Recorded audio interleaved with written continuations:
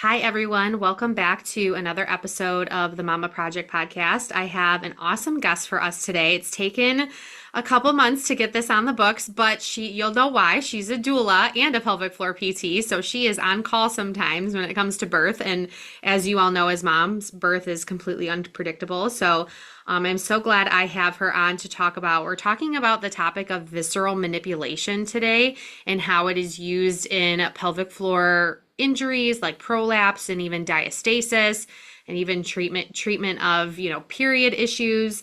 I had never heard of visceral manipulation at all before I met Steph, and we met over the summer at the Fox Valley Birth Expo. And so when she talked about visceral manipulation, of course, as someone with prolapse, I had to check it out myself and get a few sessions and see what it was all about. So I'm so excited to have her on today to talk all about this. So Stefanie, thank you for being here. I am happy to be chatting about this. Everyone who knows me, like I could talk about these topics forever and ever and ever, because there's just so much knowledge to be shared, and it's so fascinating and truly has been so life-changing for just so many of the women that I see and that I treat. And so I'm like, if I could shout this from the rooftops and like put it through a freaking blowhorn, like to everyone and anyone, I would, because it's, in my opinion, the missing link in the world of pelvic floor therapy, in the world of pelvic health, women's health, when we're talking about all these conditions related to pregnancy, even fertility, like fertility, conception, menstruation, pregnancy, postpartum, even birth, like these things just really make an impact. And I want everyone and anyone to know about it. So I'm happy to Yeah, be here. absolutely. That is why you are here because I had never heard about it. And so I'm sure a lot of my audience has not heard about it. So before we get into the nitty gritty about what visceral manipulation is and who it can help and how you even heard about this certification, give us a little brief bio of like who you are and like how you led into this like pelvic floor physical therapy world. Yes. So I knew for a really long time in my life, I knew that I wanted to work with moms and babies. For a long time, I thought that that meant I wanted to be an OBGYN. And so that was kind of the goal early on. Like, I'm going to go to med school. This is what I'm going to do. And then I kind of realized in watching certain documentaries, reading books, kind of looking more into that OBGYNs really practice from a lens of hospital policy and procedure, liability, insurance dictations, pharmaceutical management. Like there's a lot to it. And sometimes those things kind of tie their hands in a way and kind of force them to have to practice in a certain model. And I'm like, that doesn't make sense to me. I don't want to only see my clients for 10 minutes, right? Like a session, like what can really get done in that amount of time? And then I don't want to push medical management for healthy, uneventful pregnancies that don't need it.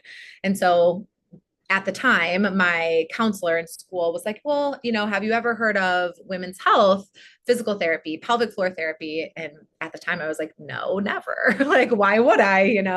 Back then, 10 years ago, I mean, it wasn't really as talked about as it is now. It's definitely gaining traction. You hear about the pelvic floor all the time. So it's much more known now than ever. But at her recommendation, I ended up getting an internship at a physical therapy clinic, and kind of did some observation and really saw like what goes into pelvic floor therapy. And I was like, you know what? It kind of checks all my boxes. Like I get to work with the pregnant population. I get to help prepare them for labor and giving birth. But then even more importantly, I get to help them recover after, because as we all know, there is a huge discrepancy in the amount of care that you receive prenatally. Like towards the end of your pregnancy, you're being seen on a weekly basis. Like your OB's checking in on you, seeing you every week, making sure things are all good. And then you do this huge, transformative, very physical, emotional thing, and you have a baby. And then they're like, all right, see ya. Like, we'll see you in 6 weeks. Like, you're good. Good luck. And you kind of just like fall off the map. And then, for moms, your focus is on baby. Like you're like, I'll figure my stuff out later. I just want to make sure my baby's eating enough. They're gaining weight. Like I'm doing everything I need to be doing. And so your care and your well-being kind of gets like put on the back burner often. And so there's this huge lag of care in what we call the fourth trimester. So I'm like, that needs to change. And this is an avenue in which I'll be able to kind of make change and kind of scoop my clients up and not let them fall between the cracks or fall off the map and kind of suffer and deal with these problems in silence, feeling like they're the only ones that have these problems. And there's nothing they can do about it because it's just a byproduct of having a baby. Because sadly, even your OBGYNs will tell you, you'll go into your 6-week appointment, you'll be like, I feel like I have a lot of core weakness or back pain or pelvic pain or whatever the case may be. And they'll be like, honey, you just had a baby. What do you expect? You just had a baby. Or like, you're feeling like you have prolapse. Like, we'll deal with that when you're done having kids. And it's like, so I'm just supposed to suffer with this and potentially have it get worse for years until I'm done having my kids. Like that, those answers just don't make sense. And so I like really, really loved the idea of going into that field. And so I went to PT school knowing that's what I wanted to do, which again, 10 years ago wasn't really a thing. So no one else in my graduating class wanted to specialize in women's health or pelvic health. My instructors were kind of like, no, you don't want to specialize too soon in your career. Like that's just never a good idea. Kind of hone your skill sets, work in orthopedics, kind of help out, with the shoulders and the knees and kind of get that down. And then if you want to specialize after that, go ahead. And I was like, no, like, thank you, but no, like, that's not what I'm doing. And so I was able to get some good clinical rotations in women's health, which just solidified things even more that like, yes, I want to be doing this. And then, knowing that I would have a doctorate degree, I was like, I'll be able to get additional certifications where I can be with women even in their birth. And so I was like, you know what? Bingo, like that's what we're doing.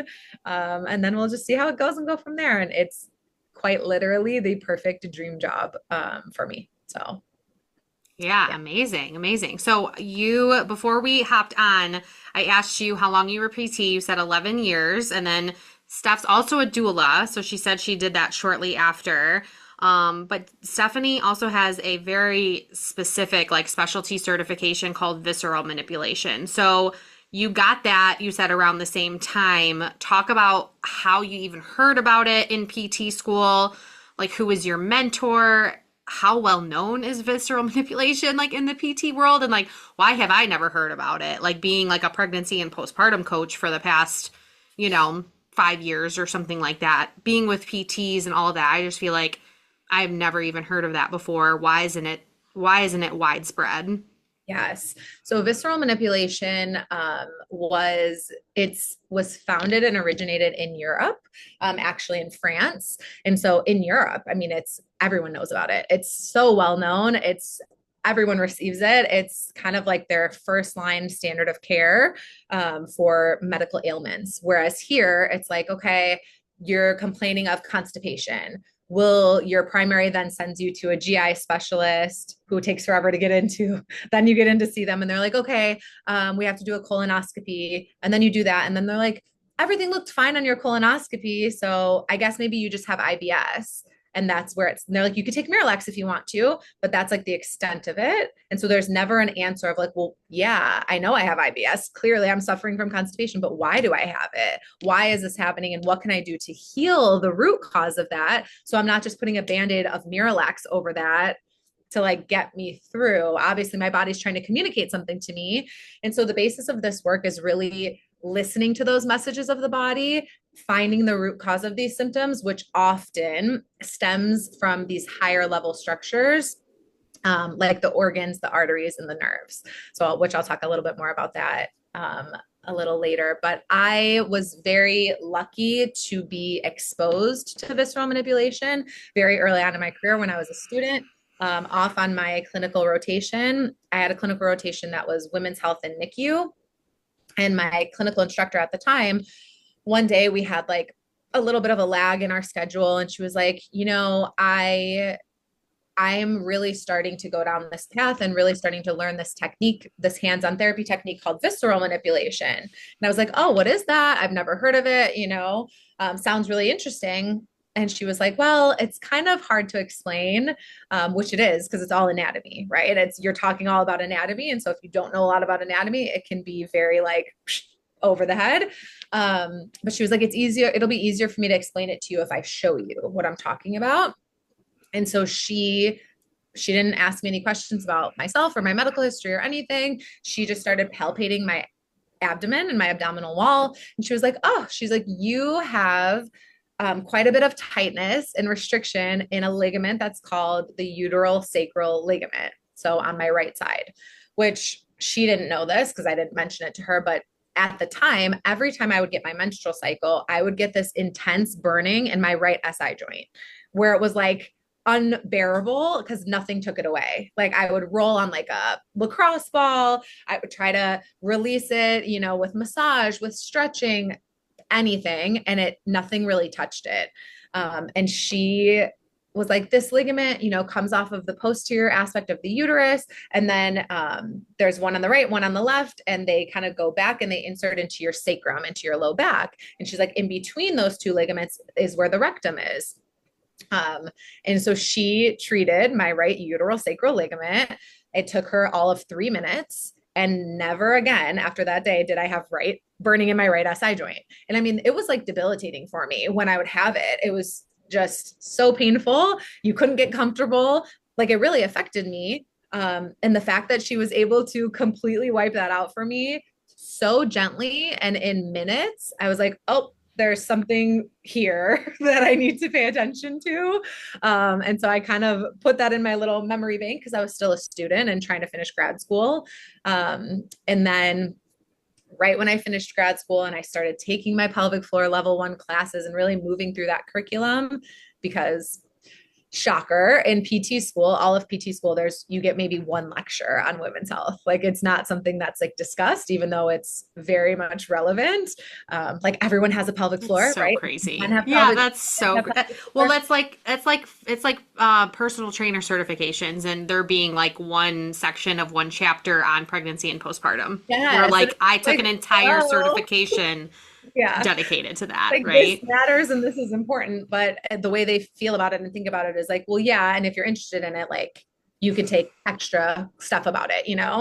And so the teacher that I had of that class, she was like introducing herself and she was like, she's like, I teach the pelvic floor series. So all the level classes, I hope to see you guys like continue in the curriculum. And she's like, I also teach, for the Brawl Institute, I teach something that's called visceral manipulation. And I literally was like jotting down notes while she was talking. She said the word visceral manipulation. And I was just like, there it is again, like that word. I'm like, I'm going to have to chat with her like on a break or at the end of class or on lunch or something, because I know what that is, but I haven't, really explored that at all. And so when I was chatting with her, she was like, she's like, you should come and just like observe me at my clinic. And if you're interested in it, like, she's like, absolutely. She's like, you're more than welcome to come to work for me. I'm happy to mentor you. And that's what ended up happening is I worked for her for like 7 years. She ended up becoming my mentor, and really helped me to take these classes, dive into this curriculum, learn the anatomy and the physiology, learn all the hands-on techniques, and really mold me into the specialist that I am today. So I'm very, very grateful, but it absolutely needs to be, I talk about this all the time, but it's something that pelvic floor physical therapists from the very beginning, like in the very start, when they're going to specialize, the way that that is taught needs to change from there. Because if we don't start to talk about anatomy and physiology from there, we're just going to be teaching these practitioners to hone in solely on the pelvic floor muscles themselves. And those are almost never the root cause of the dysfunction that's going on in the pelvis. And so it's just a different way of thinking and looking. And it very much is root cause care. And people heal from all of these different ailments that they're suffering from because of that.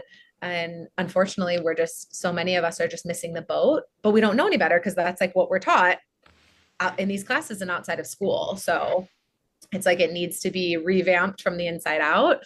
from the very beginning, the first level, so that we can all learn these things and all be helping people, because there are no shortage of women that need this work, and men and children and the whole nine yards. So, So yeah. talk about traditional pelvic floor PT and what that looks like versus what you do differently with visceral manipulation. Yes. So, traditional pelvic floor therapy, we are taught very simply that whatever the ailment is, so I'll give an example because it's easy, I think, to understand what I'm saying that way. Like if a woman is coming in with urinary leakage, okay, traditional pelvic floor therapy model says, oh, well, your pelvic floor muscles must be weak because you can't hold in your urine. And so we have to do strengthening. Like we have to build strength here. That's the only way that this will get fixed. Strengthen the pelvic muscles, right? But that's it. By looking at the body like that, you are ignoring the fact that urinary leakage could be coming from a problem in the bladder itself, in the ureters, in the kidneys, in the urethra. Um, those structures that make up the urinary tract, we can't ignore that those exist, right? And that those play a much more important role than the pelvic floor muscles. And so it's just looking a layer deeper. Prolapse is another good example of this. Traditional pelvic floor therapy says, oh, you have an organ that's kind of falling down and is losing its integrity. Your pelvic floor muscles clearly are weak because they can't hold it up, and they're supposed to be holding it up and they're not doing their job. So we need to strengthen, right? We need to do Kegels, we need to do pelvic floor strengthening, all of that good stuff. When we have prolapse, that's a problem with that organ's fascial system itself. So it's ligaments, it's structural support, it's fascial system. There's something there that's in dysfunction that's causing that organ to not be able to stay where it's supposed to stay up and healthy. The root of that isn't the pelvic floor muscles. And so I see so many patients on a regular basis that come in here and they're like, I have done pelvic floor therapy 3 times a week for the last 12 weeks to address my prolapse or to address my diastasis recti, or whatever they're going to be seen for. And they're like, my symptoms haven't changed at all. In fact, now I feel like I have like too much tightness because now I'm having pain with sex or whatever. It's like they get, not only do they not get better, but they get these additional symptoms from all of the strengthening when they probably already had an overactive pelvic floor to begin with. So, yeah, That's so funny because I know from clients that I've worked with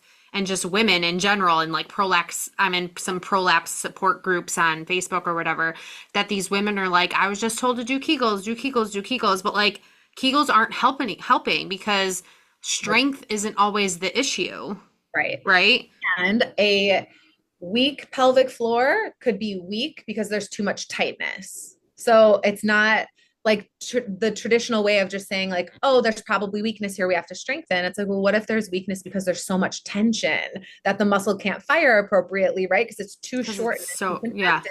So it's like now you're having that patient focus on strengthening. That's going to create a whole other set of issues. So, it's just a different way of looking at things, but it's such a more effective way. Going back to prolapse, when an organ is falling down and dropping and descending like that, the job of the pelvic floor, going back to just anatomy and knowing anatomy and physiology, one of the roles and functions of the pelvic floor is to support those pelvic organs. And so when something is coming down, those muscles actually tighten up and try to say like, whoa, whoa, whoa, hold on. So in prolapse, almost always there's a component of pelvic floor muscle tightness. And so doing all of those Kegels and doing all of that strengthening isn't what's going to heal your prolapse. It isn't what's going to get it better. Finding why that organ can't stay up and it's coming down, whether that's a tightness in that organ's fascial system or a pressure management issue like having diastasis recti, where you don't have your core to provide that good pressure management. All of that excess pressure will go down through the pelvis, and then your pelvic organs are very unhappy. But it's like the only thing that's going to fix that is fixing the root, which is the diastasis recti or the tightness around the bladder fascia or the uterine fascia or whatever. So it's about knowing how to find those things. So I always kind of give this analogy to my clients about the body when we're talking about physiology. the body runs off of this really beautiful system of hierarchy. Like there are certain structures in our body that are at the top of the totem pole because they are vital to life, right? Our organs, our arteries, and our nerves. What's at the bottom of the totem pole, which is not just means like still important, right? Still has roles in the body, but it's not they're not vital to our life. Those are things like our muscles, bones, ligaments, joints, right? Those structures that make up our container, so to speak, will protect the internal contents that are vital to life at all cost. So if you have, let's say, your bladder dropping down, the pelvic floor muscles, their job is to guard and protect for that. So they will tighten up. The bladder is fascially connected to the pubic bone and to the tailbone. So you will see shifts in a woman's pelvic alignment, trying to take pressure off of the bladder so that you can still empty your bladder, do whatever you have to do to keep the body healthy, but you'll still see symptoms, but the body will adjust. The container will adjust to protect those internal contents. And so a lot of like the complaints that you'll hear women say, they won't just say like, oh, I have heaviness in my pelvis. They'll say, I also kind of have pubic bone pain. And I also have like pain when I have intercourse. And when I try to use a tampon, it just kind of gets pushed out of my body. Like there'll be a slew of symptoms all related to the fact that there's, tension in whatever ligament. So it's important that we look at the body and realize that everything is connected. Everything is working together in this like beautiful system. And we need to look at it in its systems of hierarchy. We can't just ignore, right, that a urinary leakage problem, we can't just ignore the bladder, that the bladder may be a part of the problem, right? We have to look at everything as a whole unit. And so that's what you're taught to do in visceral manipulation. And that's what makes it so effective. I've heard or seen a statistic that like, and maybe you think this is crazy, but that like 80 to 90% of women who have a child, right, at some point in their life, whether it's a C-section or a vaginal birth, will have some degree of prolapse. It's just that not all of them are symptomatic, right? Like, would you agree with that? Yes. So Okay. I don't only see women who have had babies in the clinic. I see some young women who just have menstrual cycle issues. I see women who are athletes who have some degree of pelvic organ prolapse and they have zero symptoms whatsoever from it. It's obviously mild, but it can be there whether you have a baby or not.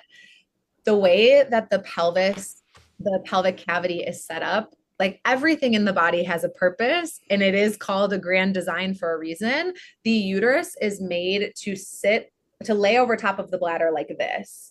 That's how it kind of is set. So there's a curve from the vaginal canal to the uterus, and that's so that the uterus can't just slip down, right, and prolapse. But you can imagine that if there's tightness in certain ligaments, like at the front of the uterus or the back of the uterus, that pulls it into a retroverted or anteverted position, either too far forward or too far back. Now, it's at a greater disadvantage and more likely to slip down that cavity. We are also, because I have the unique lens of helping to support women in birth, we are also seeing the trend of what we're seeing in childbirth is a very rapid increase in pelvic floor injury, in pelvic organ prolapse, in tearing and severe perineal tearing. Like we are seeing those trends just climbing drastically because of all of these different components. Women are being told to give birth on their back when the angle, right, of their vaginal canal is like this. And now we're blocking the sacrum and we're having women have to push against gravity with all their might. We are women who get an epidural. It's your doctor who's doing an internal exam who's telling you, oh, you're 10 centimeters. It's okay. Let's go ahead and start pushing. But what you don't know is that your baby's still very high up and they haven't descended enough. And now you're pushing essentially against a structure in your pelvis that's called the transcervical ligament. And if your baby's not below the transcervical ligament, you're literally pushing against a closed door. And eventually, if you push hard enough and long enough, you'll obliterate that ligament and now you have prolapse, right? You got your baby out after 4 hours of pushing, but now you have prolapse, right? And so it's like,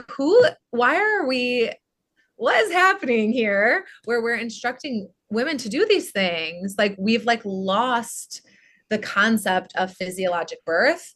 And again, that happens when you're in a system where it becomes a business where they're like, well, I have 4 other clients in labor. Like, let's get this bed freed up. She's 10 centimeters dilated. Why would we wait to push? Let's just have her get started with it, so we can move along. And it's like, well, you're going to wait to push and you're going to let her labor down because her baby's too high up. And if you make her push now, she's going to push forever. But besides that, she's going to harm her anatomy. Like, that isn't good for us to have to be bearing down for hours on end, right? Like, it kind of just like gives you the creeps to think about it, because you're like, well, yeah, no wonder I ended up with prolapse. Like, of Yeah. course I did. It's Yeah. crazy. And that was not my experience. Like I didn't push for that long. Mine was just the severe tearing that happened. But it's also, I mean, we're an induce friendly society, right? Like, I mean, At they're 39 like, weeks, oh, you shouldn't go. Yeah. Like, I mean, you shouldn't go past, whatever, 41 weeks or 42 weeks, or I don't know, whatever it is, because of, risk of, they scare moms. I mean, they really do. Like they're like, there's risk of stillbirth if you go past, X and X date or whatever. what they never do is talk about it in terms of what it is, which is relative risk. And they never give patients and women true informed consent, which is saying that, like, hey, we are suggesting to induce you at 39 weeks. We don't want you to go past 39 weeks because your risk of stillbirth goes up, but it goes up from like 0.001 to like 0.004, right? Like, it's relative risk. It's not a huge, like, where it's like, oh, it's increasing from 1% to like 80%. It's like, no, yeah, it goes up a little bit, but it's still less than 1% of a chance, Mhm. right, that this is going to happen. But women are not being talked to like that. And they're definitely not being told, like, there are also risks that come with inducing and inducing early. Here's what those are. No one's being No, told that. They're just like, not at all. the show on the road, you're 39 weeks. We don't want you to go to 40. We can just get this started. I know you're uncomfortable. And women are And women uncomfortable. are. Yeah, it They're in a sucks. vulnerable Yeah. headspace. They're in such a Yes. vulnerable headspace towards the end of their pregnancy where they are exhausted, uncomfortable, ready to meet their baby. They're like pushed to their max mentally and emotionally. And so when someone, your provider who you think you can trust, is saying, like, we can just get this going, we really don't want you to go past 39 weeks anyway, you're kind of like, okay. And then after the fact, you're like, oh my God, that induction was 3 days long. My body wasn't ready. I ended in a C-section. My baby was in distress. Like, now I have to heal from a C-section. Like, that's not what I wanted. No one even talked to me about the fact that that could happen. And it's really sad because there is a measure of readiness that your providers can use, and that's called the Bishop score, right? They can do an internal exam before an induction, and they can see what position your cervix is in, how hard, how thick, is it open at all? And they will give you a numerical score based on this proven method. And based on your score, shows your readiness for induction. And if it's below a certain point, you're likely to end in a C-section, right? Because your body's just not ready. And the amount of medication that they'll have to use to get you there often puts babies in distress, which leads you to a C-section. So no one's using those measures unless you explicitly ask for it. But what woman knows to ask for that? Like, it's just not Right. something readily known. No. Uh, Right. and so it's sad the way kind of the system is, and it makes you understand why women are like doing all of their own research, and they're hiring doulas, and they're choosing to birth at home, and they're doing all of these different things because they're like, my first birth was traumatic. Like, I don't want to go back into that system. Or if I'm going to go back in, I know I need support because I don't want a situation like that to happen again, where I feel like my birth just gets kind of hijacked, or I get like the Hmm. cascade of interventions just like thrown at me left and right. And Yeah. not in the mental state when you're in the middle of labor to be like, hold on, what did you just say? Hold on, let me like cite my sources and like, let me make sure this is a good idea. Like, no, you're focusing on breathing through your contractions and going Yeah.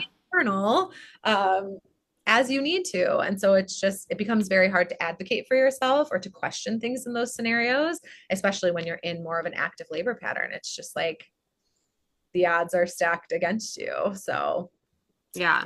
hard. Talk about so women that you deal with pelvic floor related stuff or diastasis, Yeah. subsequent pregnancies, because you know you know my story, like you know what happened to me and like pelvic floor trauma and whatever. I was told by a couple, my doctor and someone else to just have a C-section next time. So what? Yeah, I mean, Yeah. so like, but like to me, I'm like, okay, yeah, like if I have another vaginal birth, am I just gonna terrorize myself, or like what is the research say on like subsequent vaginal births and like increasing pelvic floor issues like prolapse or like diastasis or whatnot? Yes. Diastasis recti is like its own little thing. I feel like it's very important for women to know that your body is so unbelievably resilient that anything that happens in your birth experience, you can heal from it. Whether that's prolapse, diastasis recti, severe tearing, hemorrhoids, constipation, whatever, tailbone pain, whatever it is that you have after having a baby can be healed if addressed properly. It's the fact that unfortunately many of our OBs, even for women who have C-sections, which is a major abdominal surgery, they're cutting through so many layers of tissues, and we're not readily being recommended to get pelvic floor therapy, right, to help with our healing process. And so it's like if you haven't addressed some of those dysfunctions from your first pregnancy and you're going into your second pregnancy with a bunch of scar tissue from an old tear site, and a bunch of pelvic floor muscle tightness and whatever else you've got going on, prolapse that was never addressed properly, you're probably going to feel those symptoms kick back up, right? You're definitely likely, as that tissue stretches and you're crowning, if you haven't done any work on your scar, it's very highly likely that that tissue is just going to pop open because it doesn't have the ability to stretch. It's too rigid. But with some postpartum pelvic floor therapy, and I'm talking because I think a barrier to care for a lot of women is they're like, I just don't have the time. Like, I have this little baby at home that's taking up all of my time. I barely get to sleep. I'm like I'm running on fumes. Like, how am I going to fit in going to pelvic floor therapy 2 or 3 times a week for how many ever weeks they want me to go? And it's like, well, again, the reality is if you are working on the root cause of what's going on, I see my clients once every 3 weeks, and many of the people that I see, I don't have to see for any more than 3 or 4 sessions total. So it's like it becomes all of a sudden when you're talking about it like that, and you're like, oh, I can go see this woman and she can close my diastasis in one visit. That seems doable, right? Like that seems like something I can accomplish. Like I can definitely handle that. But when you're telling someone like you're going to have to go to pelvic floor therapy for 60 to 90-minute sessions 3 times a week for the next 8 weeks, to try and strengthen your core to close your diastasis recti, which just isn't a thing, then you're like, that doesn't even seem doable, nor does it feel therapeutic. It feels overwhelming and it feels stressful. And so like, no, I'm just not going to do it. And so Mm-hmm. many women go into their subsequent pregnancies with unresolved, stuff, right, from their prior, which can lead to being more symptomatic, like a little bit more uncomfortable, but regardless, your body can heal from whatever comes of it. So the biggest fear of my clients who have prolapse going into their next pregnancy, they're just like, am I going to completely like blow this organ out? Like, am I going to have surgery after I have my baby because my, uterus is all the way out or whatever? My bladder is like fully descended. And the answer is no, you're not. You will likely feel once we have one baby, there's a space in our pelvic bowl called the levator hiatus that opens, right? And it's only something that opens once a baby passes through that cavity. And so once that opens, what happens when you get pregnant with your next baby is your baby will descend into the pelvic bowl a lot sooner this time because there's this opening there, right? And so you might feel that heaviness or a little bit of like heaviness pressure that you maybe didn't feel until your third trimester with your first. You might feel that in your first trimester because we have a big surge of a hormone called relaxin. It surges in our first trimester, drops, and then levels off in our second, and then surges again in our third to prepare for those bones to have to open to pass another baby. It's not harming anything. It's not hurting anything. Just because you feel a little bit of extra heaviness pressure, it will come back and it will level out in your second trimester. And then again, you just know to get yourself a little bit of care, follow-up care, like after you have that baby. But yeah, I mean, I feel like it's just a lack of education, And unfortunately, like a dropping of the ball of a lot of providers who are just like, you go in for your 6 week check and they're like, they take a look at you. They don't even do like an internal exam or check you for diastasis or pelvic floor function or anything. They literally like look down there and they're like, oh yeah, like you're healed, you're good, you're clear for sex, you're clear for exercise. Like what kind of birth control can I get you? Do you mind if we do a PAP like while you're in the office? And you're just like, what the hell? Like what? Like I don't care about birth control. I definitely don't care about a freaking PAP right now. Like this Mm-hmm. is not what I care about. And it's my personal opinion because of the work that I do and the things that I see that they are actually not through that kind of exam, like OBGYNs are actually not qualified to clear women for exercise. You're just not. You're I not totally asking enough agree with you. questions. Yeah. You're not looking at a woman and saying, so you're clear for exercise, but what I mean by that is this, like you have to start slow. You need to work on this. You need to do this. Because if you tell a woman who's like an avid marathon runner, CrossFitter, a very active person, if you say you're clear for exercise at 6 weeks, that mom who's super eager to get back into it and to lose her baby weight and do all this stuff, she's going to go home and lace on her running shoes and off she'll go when she is nowhere No, near ready for no. running, right? Right. So it's And then like all of a sudden she's gonna feel like what her happens is they shit call falls out of crying. her Yeah. pants. They Yeah, call like crying literally. and they're Yes, like like, holy something's shit. coming out of my vagina. And I'm Yeah. like, yeah, you gave yourself prolapse. Not your fault, but like, you Like know, like you weren't your body was not put ready for that impact. Like it you support the get cleared impact. at 6 weeks, you like literally go to physical like pelvic floor PT right away.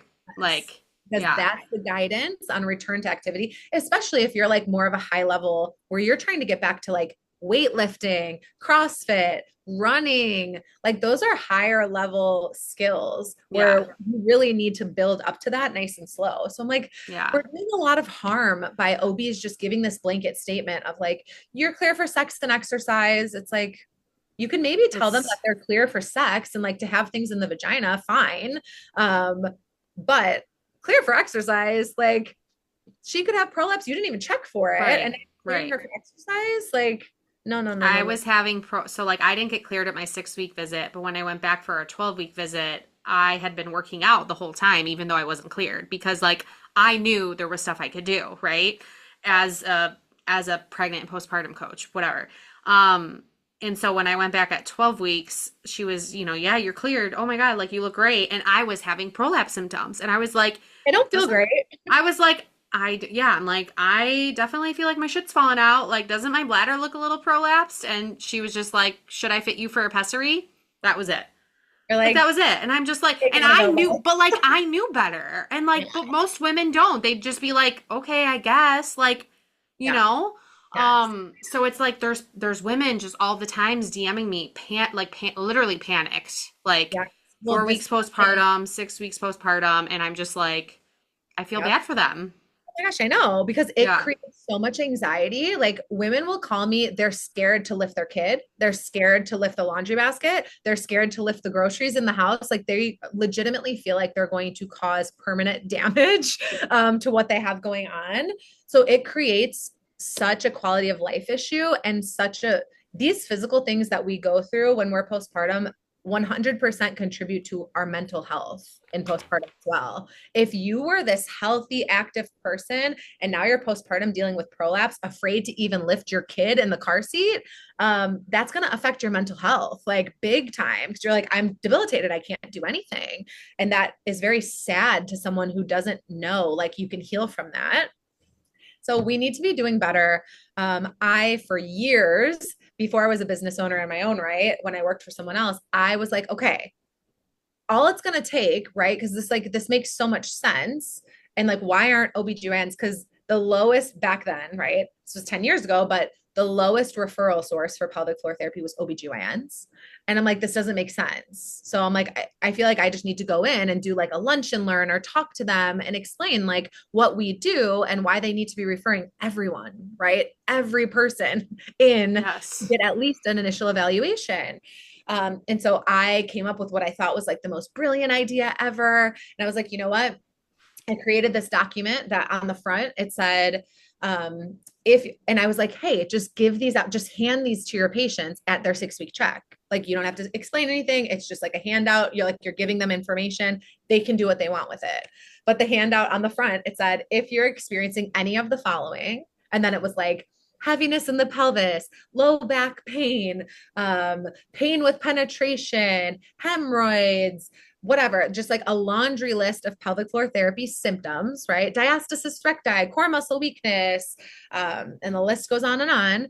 You would benefit from an evaluation from a pelvic floor therapist. And then on the back of the sheet was a bunch of local area providers, just so that women were like, oh, I'm in LaGrange, so this is the person I'm going to call. These things are common, but they're not normal.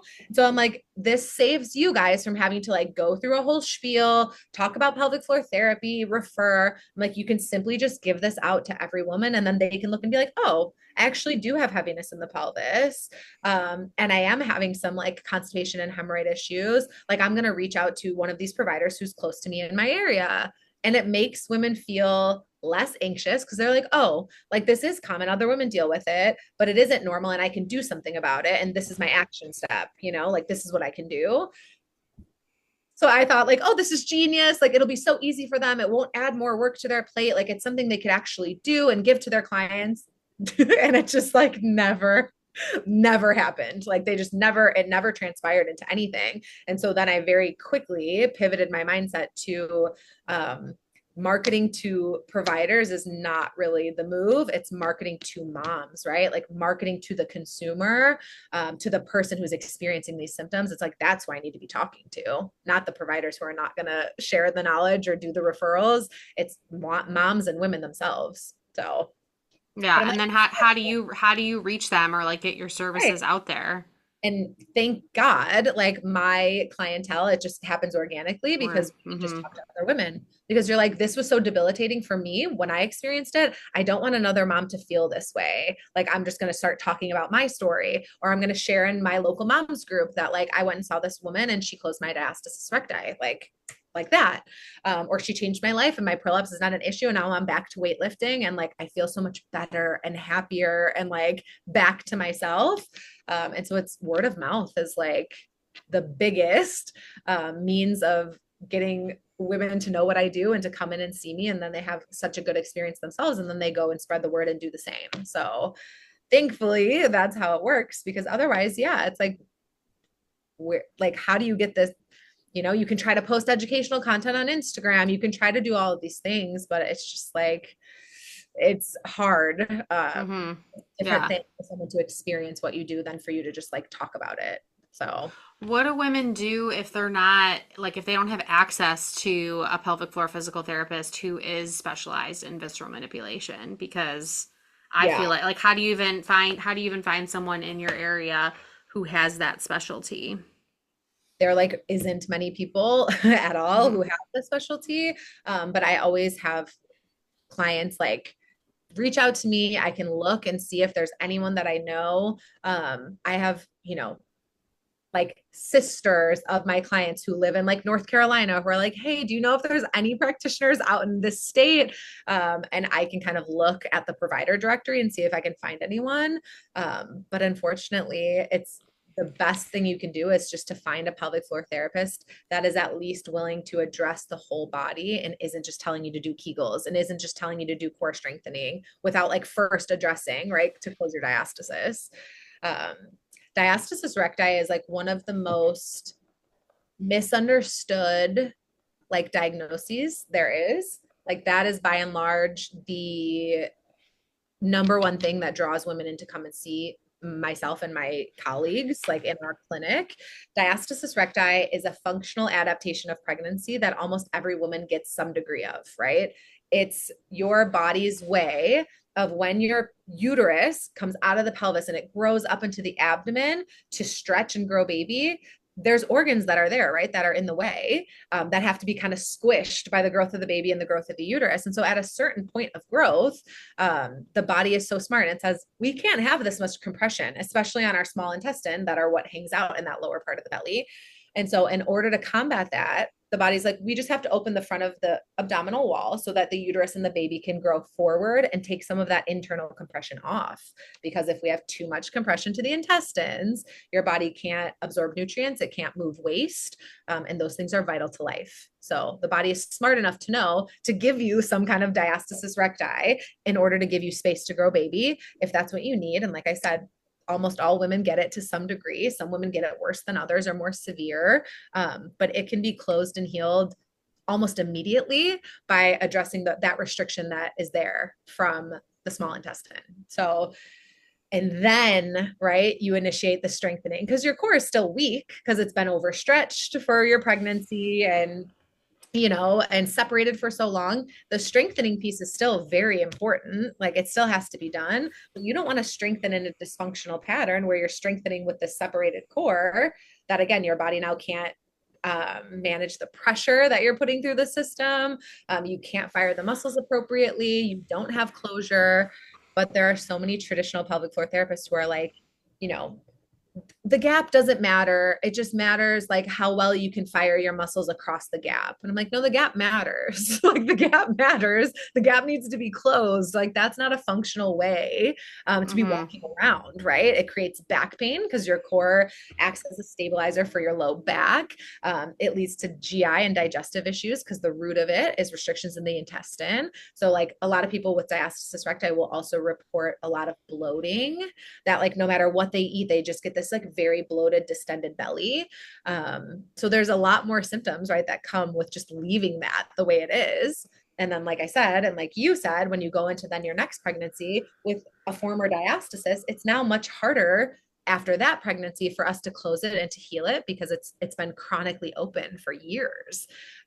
But I do see women in here who come in who are, my mom's age, they're in their 60s and they're like, I've had this diastasis recti since the birth of my first baby 35 years ago. My doctors just told me all I could do for it was get a tummy tuck and I didn't want to have a major surgery.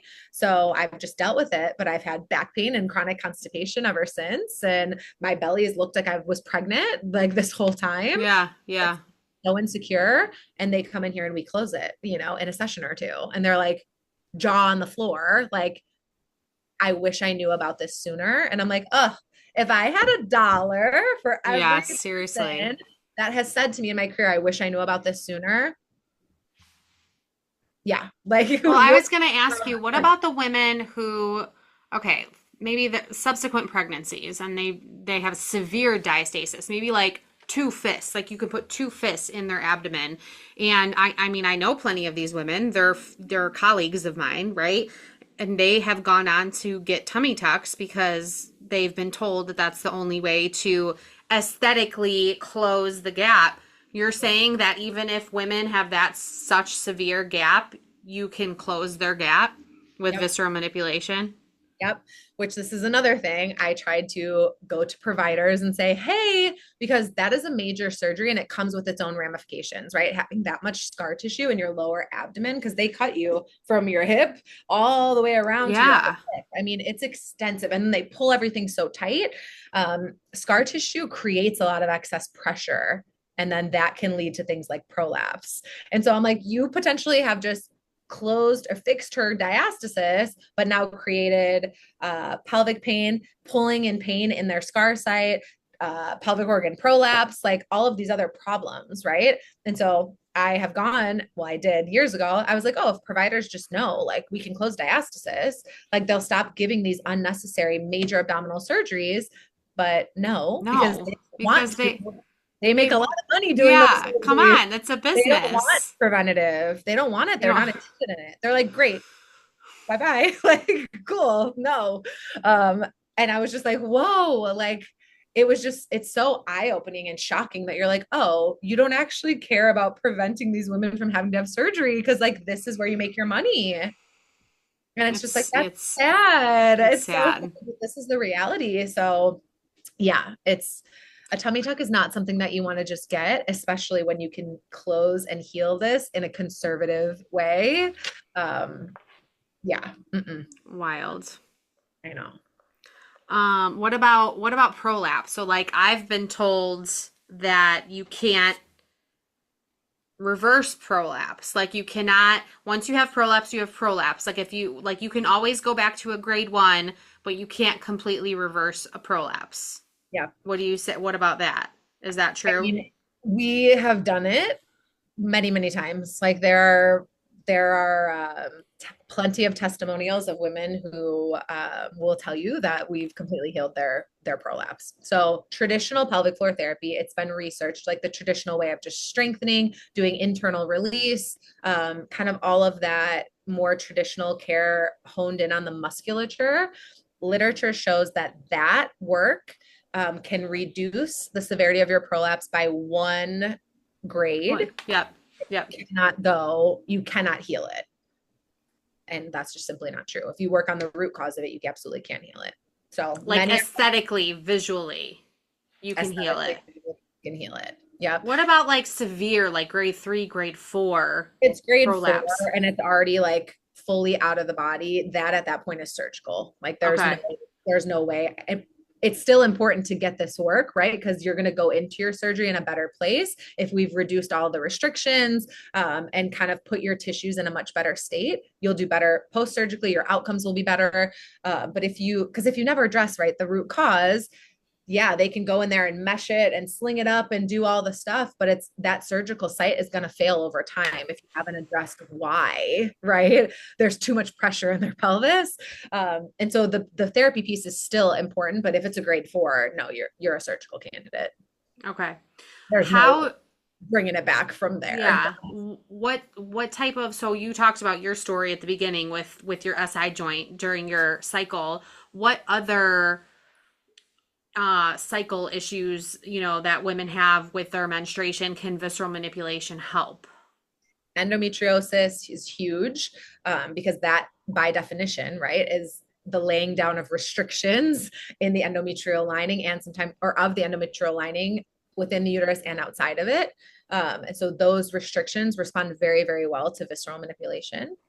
PCOS, adenomyosis, just heavy irregularity of your period, heavy bleeding, all kinds of stuff. So I see quite a few younger women who have just menstrual cycle complaints who come in and they're like, my doctor, the only thing they're offering me is birth control. And I tried that and it literally made me crazy. Or I tried that and it made me suicidal. Or I tried that and all my hair fell out.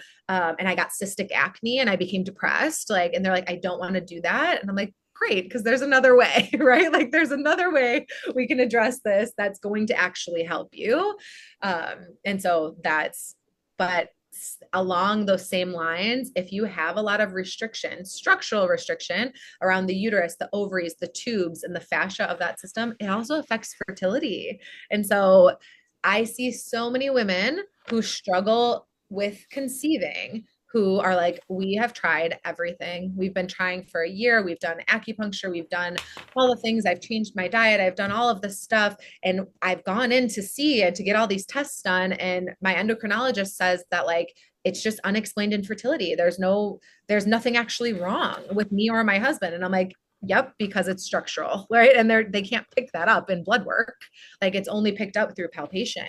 And so I'm like a little bit of work on kind of freeing up your tubes and your uterus and getting more blood flow into your pelvic cavity or changing the position of your uterus. If it's like really pulled back or really pulled forward, those dynamics like work wonders. And then my favorite texts ever are my clients that I'm working with fertility who send me a positive pregnancy test. It's like every time I get it, I'm like, oh, yes. Like, I could cry. That is amazing. yes. Because the world of IVF is big business. They are also not trying to find the root cause of why you're struggling to conceive. They're just ready to put you down the gamut of like, okay, we'll put you on these hormones and we'll make you inject these things and we'll do this and we'll do this. And if that doesn't work, then we'll switch to this. And it's like, okay, but hold on. Like, I have questions and like, I don't really understand. And the first med that they put women on as like a standard of care, there's just it's so cookie cutter. It like doesn't matter. The first med that women get put on is a med usually called Clomid, which is if you're ovulating regularly, you shouldn't be put on that. And so many women are like, I know I'm ovulating regularly. I'm peeing on the sticks. I'm doing the thing. I'm testing everything. Like I do ovulate regularly, but that's like the first thing that they do for everyone. And it's like, okay, but she didn't need that. Now you've like jacked up her hormones and now her cycle's like way off kilter. And now none of these other things are going to work. Plus these meds are making her feel sick, feel mentally like very up and down hormonally and like very unwell. It's like, we really need to like pump the brakes a little bit. But again, it's a very vulnerable population. And women, when they want a baby and they're ready for that, they will do anything, right, to get it. And so they get sucked into that world. And I can't even tell you how many women don't actually need to go down that path. They just need like a little bit of body work. So, Can you actually tell that by like palpating certain yeah, areas? Like, yeah, okay, that's like like, that's what we're taught in visceral manipulation is like the art of palpation and how to pick up like tissue that's restricted, a little bit too dense, a little bit fibrous, a little bit immobile. Like that's what we're trained to pick up on. And so the ability of the sensitivity in our palpation hand is like incredible. And doctors used to have that because they used to touch their patients. They don't touch their patients anymore. So you could go in and say, I have pain right here, like right in my right upper abdominal quadrant. It's so sharp. They won't even look at it or touch you there. They'll be like, okay, like let's send you off for some imaging. And you're like, okay, like yeah, you're not going to touch me. okay. Yeah, like they would palpate and they'd be like, okay, well, your gallbladder's up there. Like, let me feel if it's hard or hot or tender or whatever. And that would cue them off to like, okay, there's some restriction here, maybe some blockage. And in visceral manipulation, we learn how to drain the gallbladder and how to do all these things. So it's like all these people who are getting their gallbladders taken out. It's like you don't need to jump to that. But for doctors, they literally call that surgery the golden stitch because they can do it in 15 minutes and make so much money. So they don't care. They'll take your gallbladders out all day long. Like, and while they're in there, they'll take your appendix just because, like this is literally what Two happens. for one. Yeah. You wake up and you're like, I did not Oh even agree gosh. to that or want that. It's just like, this is the way it goes. It's so bizarre.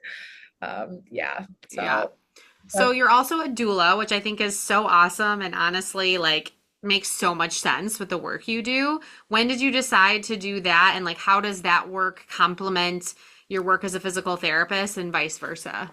yeah, I, I always feel like I don't like the title physical therapist and the title doula, I feel like doesn't do justice for like what I actually do. But I'm like, I don't know what to call it. Like, I really don't. Because when you say physical therapy and physical therapist, you think of like a big gym setting and a lot of exercises and like all of these different things. And I'm like, that's like not at all the experience that you'll have if you come see me. I'm more of just like a body worker and like an Yeah. anatomist or something else. Yeah. I Yeah. don't really know what to call it.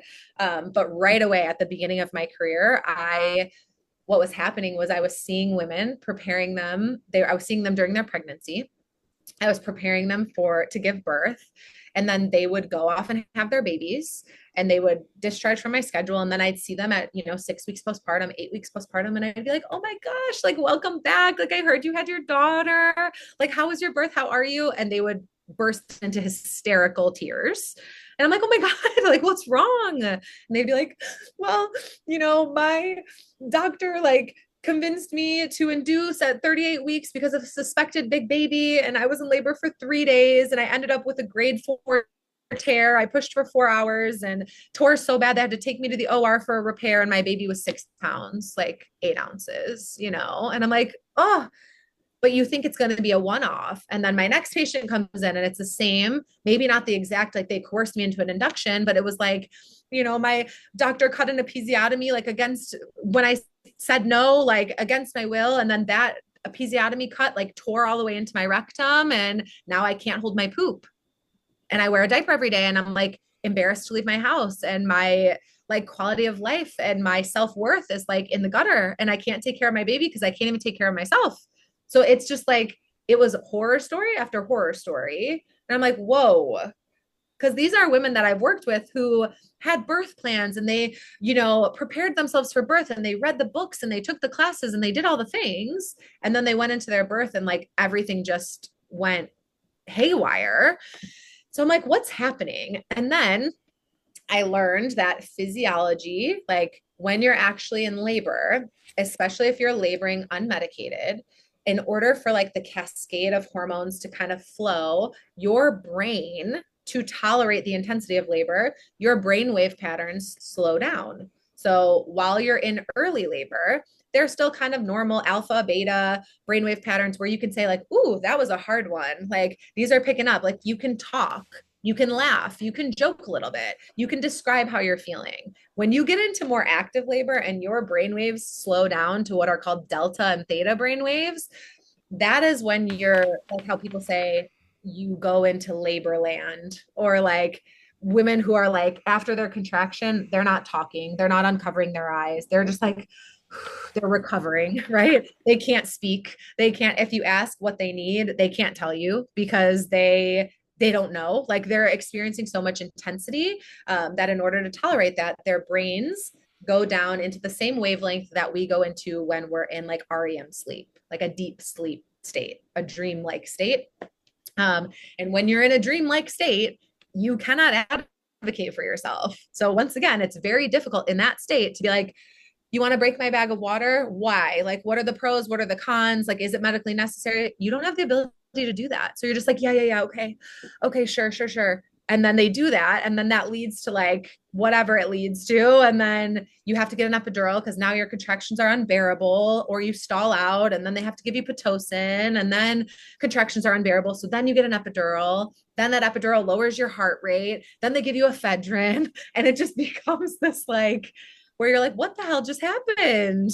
So very quickly in my career, I realized like, oh, all I have to do is go get another certification. And then I can just not only prepare my clients for their birth, but I can stay with them for it, be their advocate, help them to like avoid some of these really disastrous pelvic floor injuries, and then help them recover after. So it's this very beautiful continuity of care where we already have a relationship that's formed, because choosing a birth doula is like a very personal decision. There has to be comfort, there has to be trust. And I feel like that has to be built over time. And so to like just have one phone consultation with a random stranger who ends up being your birth doula, like in the most intimate time of your life, like, is there trust built there? How could there be, you know? So I love the fact, and like would never do it any other way, where I get to form a relationship with my clients over time, seeing them often even before they even get pregnant.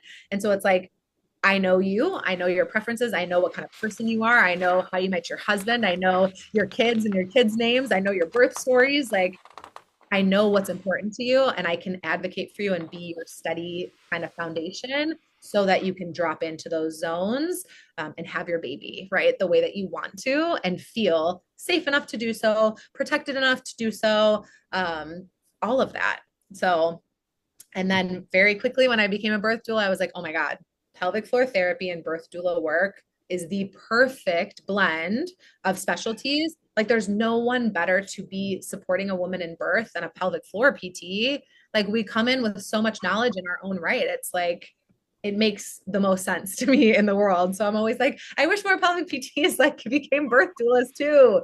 Like, please go learn visceral manipulation, but also please get a doula certification and like loop it in, because it's life changing and so so important. So yeah. Absolutely. Yeah, I love that. So where can PTs first of all learn about visceral manipulation, and what does that training look like? So you can take all of your training through the Barral Institute. The creator of the work, his name is Jean-Pierre Barral.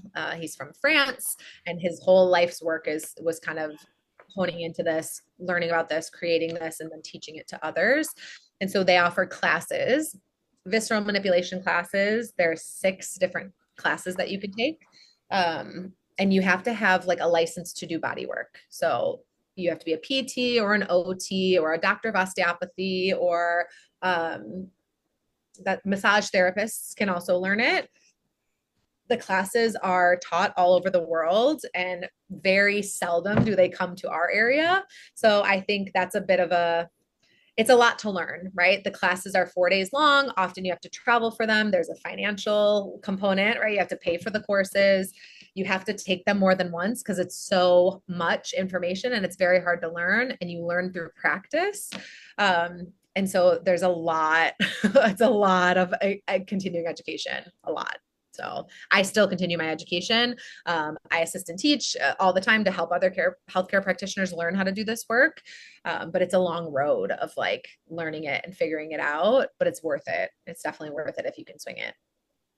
Now, where can clients, maybe they don't live near the area, which Stefanie is in Naperville, Illinois.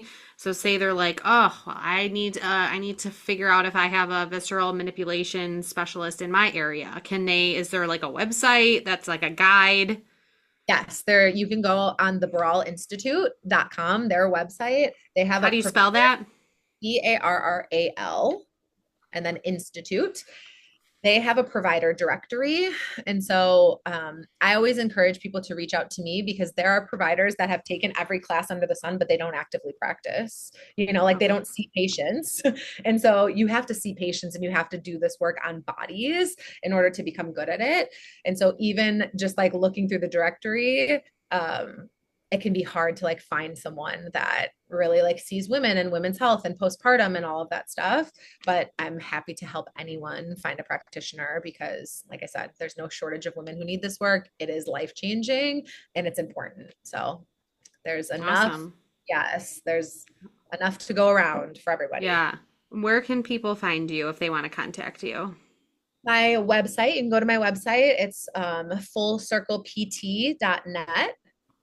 Or you can also find me on Instagram at Dr._Stefanie. And Stefanie is with an F. So it's Stefanie. And last thing, what advice would you give to a first time or a second time mom? That you have everything you need inside of you in order to birth your baby.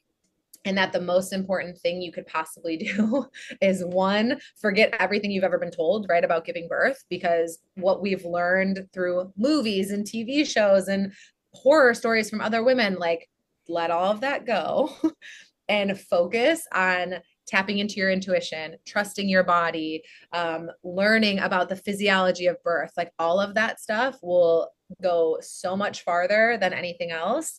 And I think that for a lot of women, they hit like the 36-week mark and they're like, okay, what should I be doing? Like, I'm running out of time. Like, what else should I be doing? And it's like, put everything away and go internal. Like, go internal, tune into your body, connect with your baby, trust that your baby will come when they're ready to come. Know that like you are equipped for everything you need to be equipped for, that you have a team in place that you can trust, that no matter what, everything is going to be okay. Visualize your birth how you want it. Like, it's more of focusing in on that like mental part of things and leaning into that mother's intuition because that will guide you. We just unfortunately live in a society where we're talked out of our own intuition all of the time, like from the time we're little girls. So it's like something that you build up strongly with practice. So I love it. I'm yes, so that's glad we made this happen. me And too. yeah, Stefanie's awesome, you guys. If you live in the area, go check her out. If you have questions, if you're a provider and you have questions about visceral manipulation and how it can help your own practice for your clients, reach out to her. Thank you again so much for being here. Yes, absolutely. I'm so happy to answer questions, provide education, like put these resources out there to anyone who wants them. So don't hesitate to reach out, DM me, shoot me a message, fill out a contact form, give me a call. I'll eventually call you back. Like Yeah, just shoot me a message. I yeah, am available and happy to like spread the good word. So yeah, amazing. for Thank you so having much me. for the work you do. Thank you.